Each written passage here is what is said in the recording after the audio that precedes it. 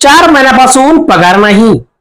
नवी मुंबई महानगरपालिकेतील 14 गावातील 42 कर्मचारी वेतनाच्या प्रतीक्षेत.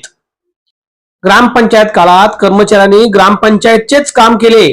कामाचा मोबदला हा ग्रामपंचायतने दिला पाहिजेत.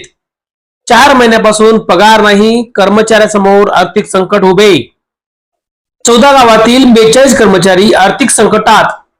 नवी मुंबई महानगरपालिकेत समावेश झालेल्या 14 गावातील तब्बल 42 कर्मचारी गेल्या 4 महिन्यापासून पगारविना असल्याने गंभीर आर्थिक अडचणीत सापडले आहेत. महापालिका प्रशासनाचे म्हणणे आहे की संबंधित कर्मचाऱ्यांनी ग्रामपंचायत विभागात कार्यरत असताना केलेल्या कामाचा मोबदला हा जिल्हा परिषदेकडूनच देणे अपेक्षित आहे. त्यामुळे पगाराच्या जबाबदारीवरून महापालिका आणि जिल्हा परिषद यांच्यात संभ्रम निर्माण झाला असून त्यांचा फटका कर्मचाऱ्यांना बसत आहे. 4 महिन्यापासून वेतन न मिळाल्याने कर्मचाऱ्यांसमोर कुटुंबाचा उदरनिर्वाह, घर खर्च, मुलांचे शिक्षण आणि कर्जाचे हप्ते भरण्याचे मोठे संकट उभे राहिले आहे.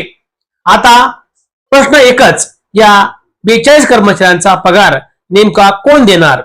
संबंधित विभागांनी तातडीने समन्वय साधून कर्मचाऱ्यांचे प्रलंबित वेतन अदा करावे अशी मागणी होत आहे. त्याचे बांधवांनो, या बातमीचा वार्तांकन आवडल्यास आपल्या चॅनलला लाईक, शेअर, सबस्क्राईब आणि कमेंट करायला विसरू नका. पाहत राहा फक्त सिद्धेश्वर वार्ता न्यूज आपल्या YouTube चॅनलवर.